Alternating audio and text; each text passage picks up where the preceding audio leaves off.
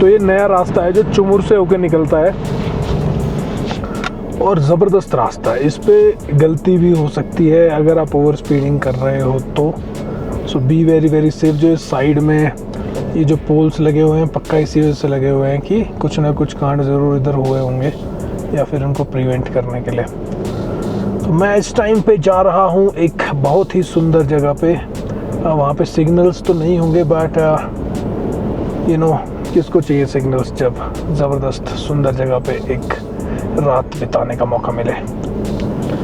तो मैं बढ़ रहा हूँ इस टाइम पे आगे और एक लेक है जहाँ पे मैं आज तक कभी नहीं गया हूँ। So I need to search that और फिर उसके बाद में वहाँ पे अपन आज स्टे करेंगे। So we will see like what will happen. वहाँ पे कोई होगा नहीं होगा। जनरली सुनने में आता है कि लोग आजकल उधर दिख जाते हैं। सो फर्स्ट पहुँचते हैं वहाँ पे। और एक दिन हम आए थे पहले तो उससे पहले वाली लेक तक आके हम लोग वापस चले गए थे बट अब वो दूसरी वाली लेक ढूंढनी है जो उसके पीछे की तरफ है।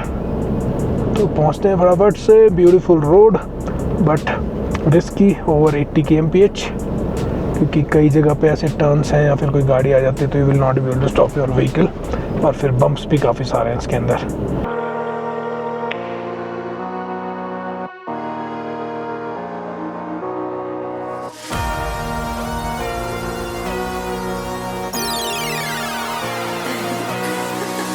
अब हम भाई पहली लेक पे तो पहुंच गए हैं।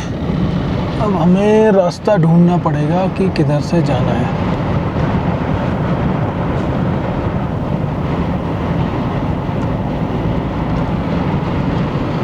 देखो ये रास्ता सोमुरेरी भी जाता है, पूगा चुमंगथांग का दूसरा रास्ता है अंदर अंदर का।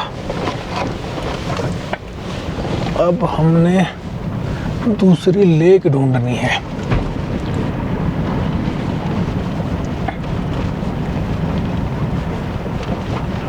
तो हम सामने नहीं जाएंगे, इधर से जाएंगे।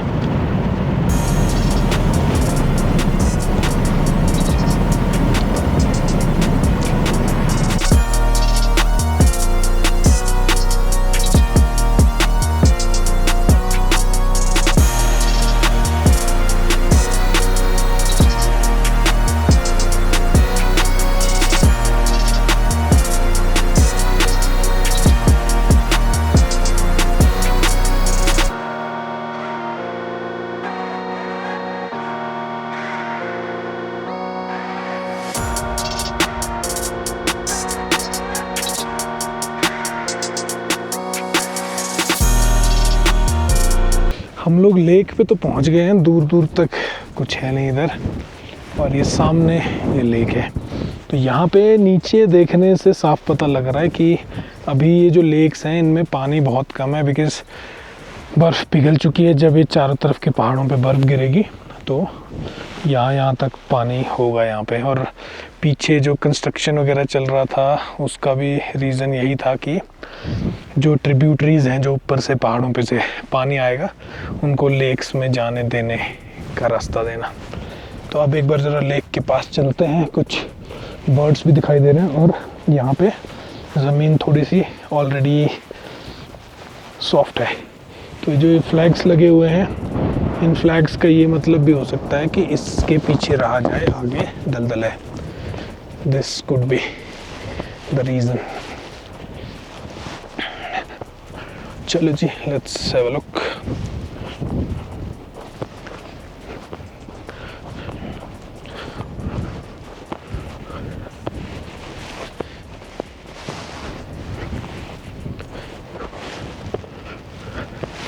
क्योंकि अब हम यहाँ पे अकेले हैं, दूर दूर तक कुछ नहीं है, तो टाइम पे 2:30 बज चुके हैं। टाइम पे कैंप सेटअप करना पड़ेगा और टाइम पे ही सो जाना पड़ेगा बिकॉज़ यहाँ पे वाइल्ड लाइफ भी होगी पक्का रात को। यहाँ पे कुछ भी हो सकता है जानवर, तो हमें थोड़ा ध्यान रखना पड़ेगा। ये सामने पता नहीं पत्थर हैं कि बर्ड्स हैं, मुझे समझ नहीं आ रहा।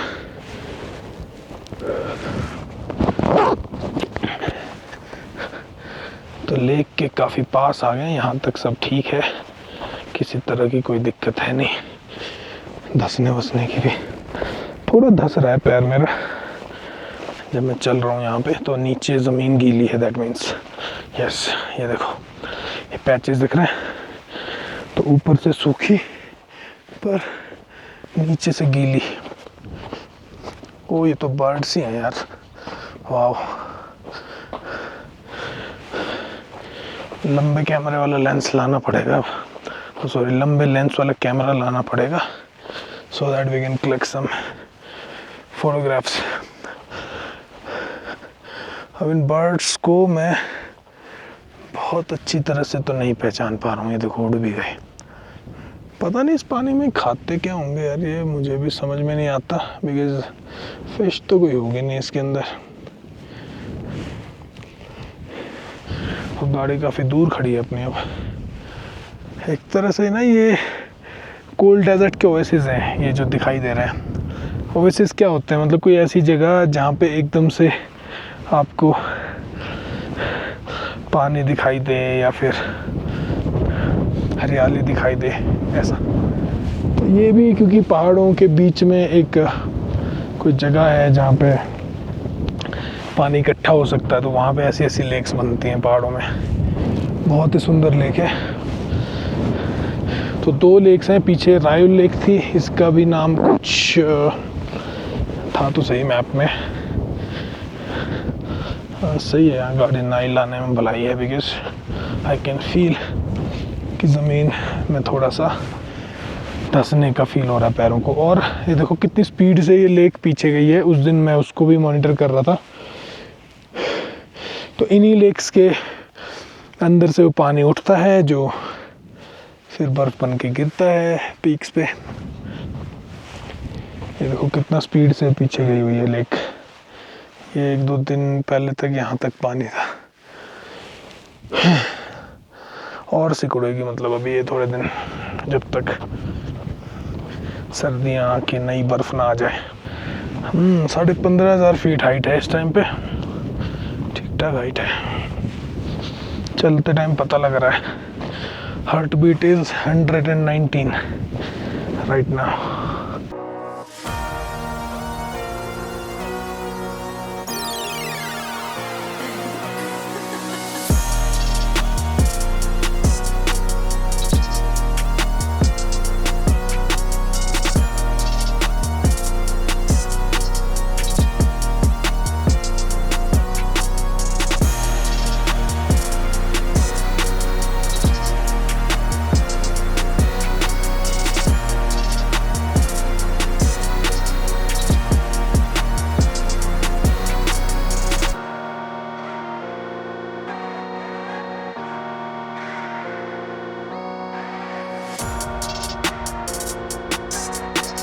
तो भाई लेक पे तो हम पहुंच गए, थोड़ा आगे भी आ गए थे। अब यहाँ पे देखो नीचे बड़ी बड़ी हड्डियाँ पड़ी हैं। साइज तो बता रहा है कि बड़े एनिमल की हैं किसी की। अब मैं बस जगह ढूंढ रहा हूँ कि कहाँ पे हम शांति से सेटअप बिठा सकते हैं अपना। देखो जैसे यहाँ पे मिट्टी अभी भी मॉइस्ट है, यहाँ पे अभी भी मॉइस्ट है, यहाँ पे भी अभी भी मॉइस्ट है। सो ये मुझे थोड़ा, मैं समझने की कोशिश कर रहा हूँ कि किस स्पीड से पानी लेक्स का भी उड़ रहा है, क्योंकि धूप बहुत ज़्यादा है।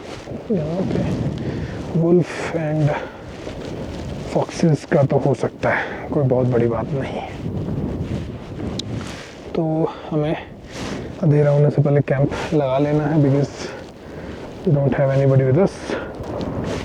जब 2 लोग होते हैं या 2 से ज़्यादा होते हैं तब हर चीज़ पिकनिक लगते हैं। जब अकेले होते हो तो थोड़ा सा एक्स्ट्रा कॉशियस रहना पड़ता है, बिकॉज देयर इज़ नोबडी। और एक साइकोलॉजिकल इम्पैक्ट भी होता है उस चीज़ का। तो चारों तरफ इधर जो हल्की हल्की बर्फ़ है, हवा काफ़ी ठंडी है।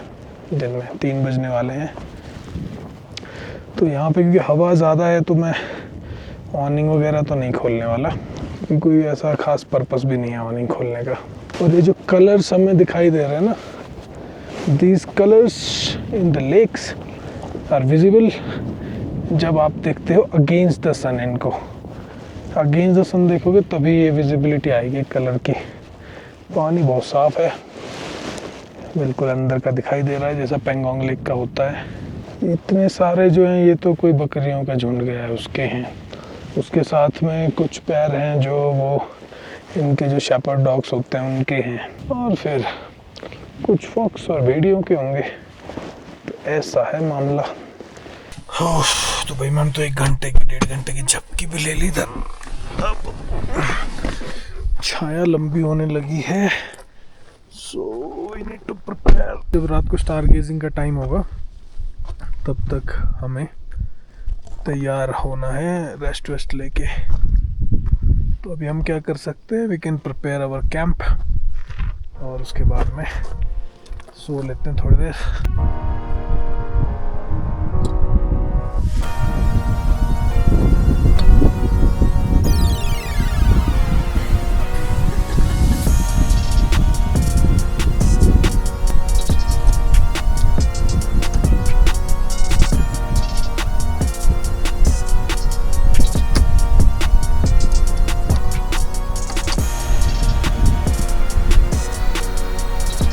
टेंट तो हमने लगा दिया है। अब इसके बाद थोड़ा जो सामान है वो भी ऊपर पहुंचा देते हैं, जो भी पहुंचाना है, और फिर थोड़ी सी देर सो लेते हैं।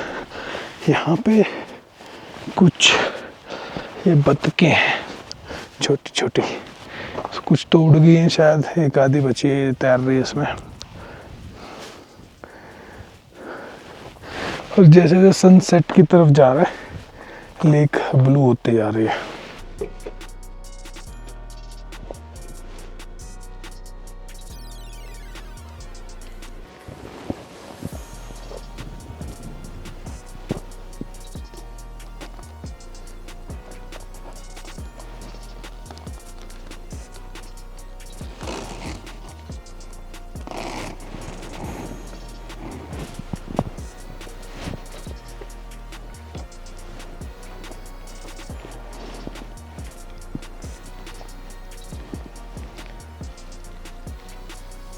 सनसेट होने वाला है बस विद इन 10-15 मिनट्स।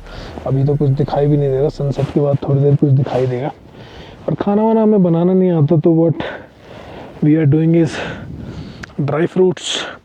और अब कुछ नमकीन खाने का मन कर रहा है, तो ये वैसे तो ये कोई हेल्दी चीज़ नहीं है, वी शुडंट ईट, बट मेरा पर्पस कुछ और था इस ट्रिप का। सो मैंने खाना वाना बनाने वाले सीन के ऊपर बिल्कुल ध्यान नहीं रखा। तो अब धूप चली गई है और एकदम से भाई साहब ज़बरदस्त ठंड हो गई है।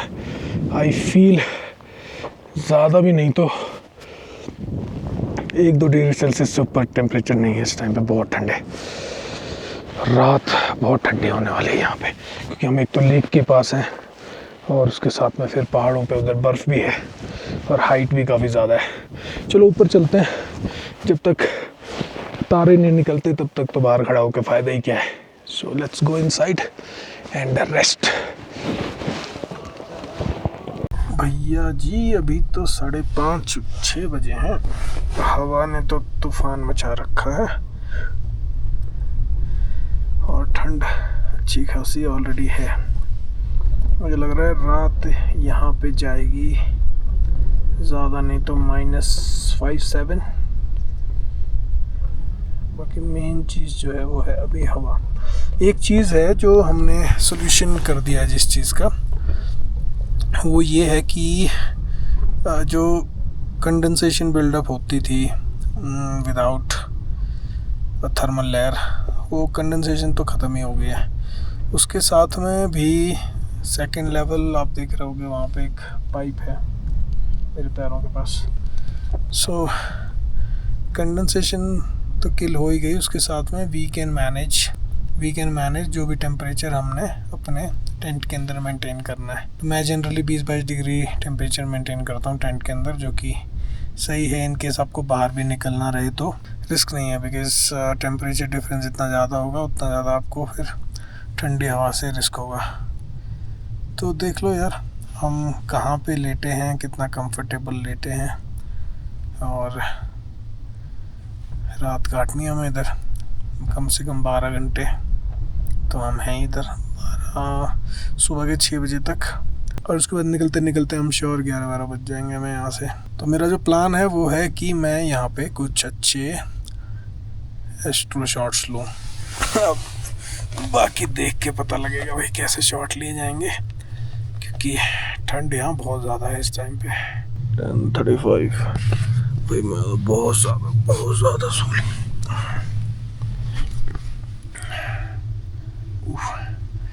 आई गेस 4:30 बजे, 4:30-5 के आसपास मैं घुसा था, और अब बजे हुए लगभग 11।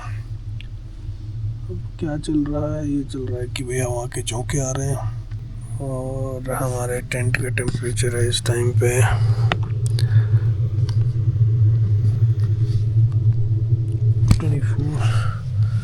24 डिग्री सेल्सियस। अब बाहर का होगा 0 से नीचे। This is what is going on. बाकी देखते हैं क्या कर रहा है। तो आप तो बोलते हो कि सोते टाइम क्या है, सोते टाइम का ये है, तो अब बस सिराना लगाएंगे और सोएंगे।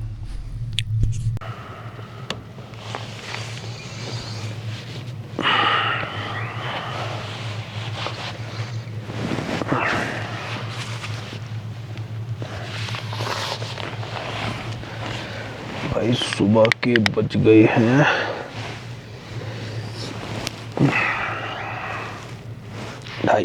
2:30 और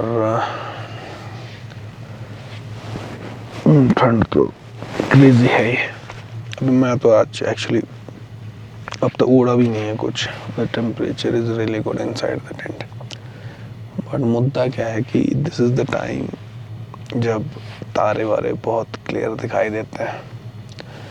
अब अंदर इतना कोजी हो गए कि यार बाहर जाने का मन नहीं कर रहा। अब मैं ट्राई करता हूँ कि कुछ वीडियो क्लिप में ही कुछ तारे वारे आ जाए। लेट्स सी, नहीं तो यार फिर यहाँ आने का मज़ा ख़राब हो जाएगा। भाई देखो, इसमें तो कुछ अंधेरा ही दिख रहा है, बाकी we are trying to click some pictures 10 second के एक्सपोजर पे फ़ोन से।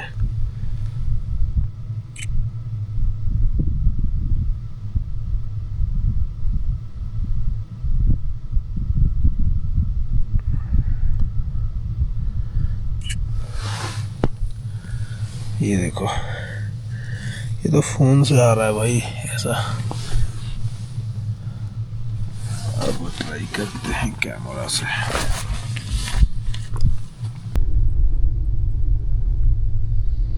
आवाज़ सुन रहे हो? सुबह के बजे हैं 8, आँख खुली है, बाहर चल रही है ज़बरदस्त हवा, और हमारा टेंट ज़रा सा पता लग रहा है। बस यही चीज़ें थी जिनकी टेस्टिंग के लिए मैं इधर आया था। उसके अलावा हमारे टेंट का जो टेम्परेचर है, खाली थर्मल लाइनर ने जो हमारी मदद करी है उसका तो मुकाबला नहीं है। बाकी उसके अलावा हीटिंग सिस्टम ने टेम्परेचर रखा है टेंट का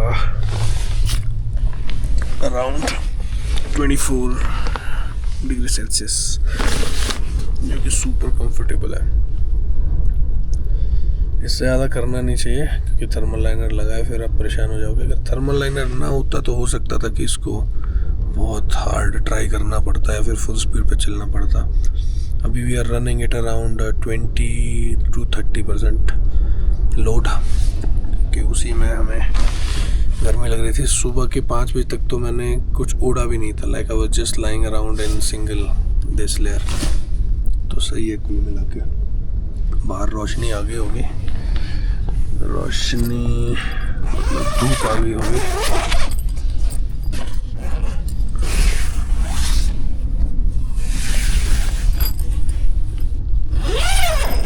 हवा सही में बहुत तेज धूप निकला है। यस, ओह ठंडी हवा।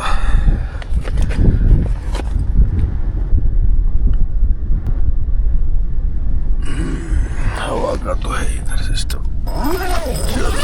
थोड़ी देर रिलैक्स करते हैं, फिर 14 घंटे हो गए हमें सोते हुए भाई साहब, 14 आवर्स।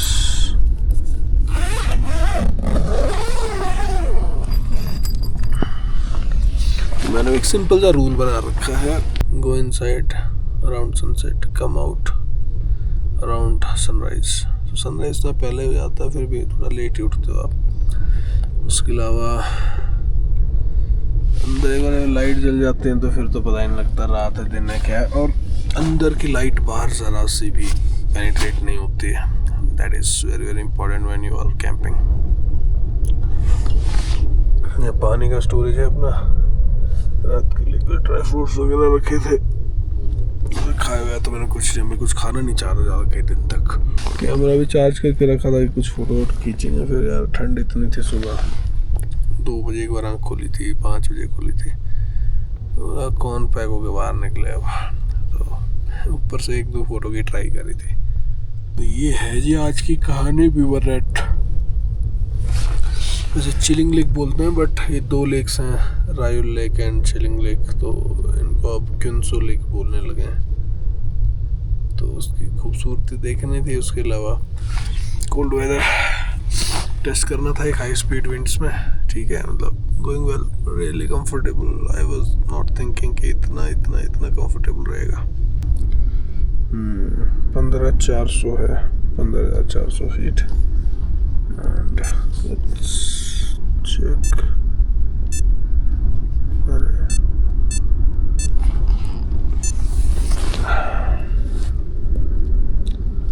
हार्ट बीट ठीक है बिल्कुल, नो प्रॉब्लम। इससे पता लगता रहता है यार, it's very important to gauge कि आप किन कंडीशंस में आपकी बॉडी किस तरह से रिएक्ट करती है। Body is perfectly fine. अब SpO2 चेक करते हैं। अगर SpO2 85 के आसपास रहा तो then we are doing really good. 94%।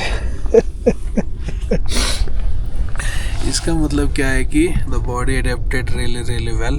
जब मैं नीचे हानले के आसपास था, यार बालों का तो बुरा हाल ही हो रखा, सॉरी फॉर दैट। जब मैं हानले के आसपास था तब 85, 88 ये चल रहा था। आज की नाइट के बाद हमें मिला है 94%। This is crazy, very very good.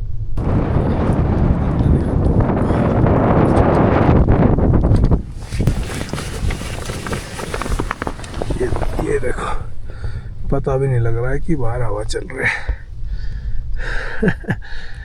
Okay ji, okay, चलो अब सामान उतारना शुरू करते हैं।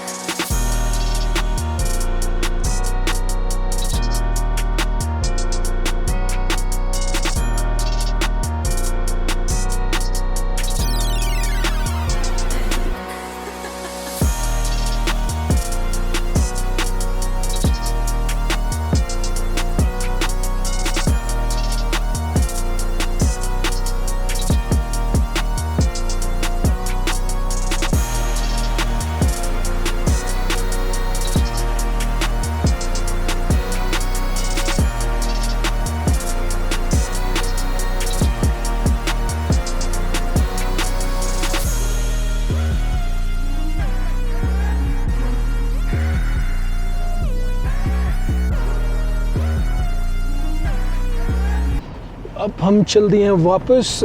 अब कोई आइडिया नहीं है मैं क्या करने वाला हूँ। लेट्स सी क्या करते हैं अब हम वापस हानले पहुँच के। तो अभी मेरा पेट भरा नहीं है, आज मैं एस्ट्रो नहीं कर पाया। सो हो सकता है आज रात को फिर से हम कोशिश करें कुछ नया सीखने का। सो पहले हानले पहुंचते हैं, देन वी विल डिसाइड। इस वीडियो में इतना ही। कीप वॉचिंग डीसू expeditions and check out the cool O landing gear at adventurex4x4.com।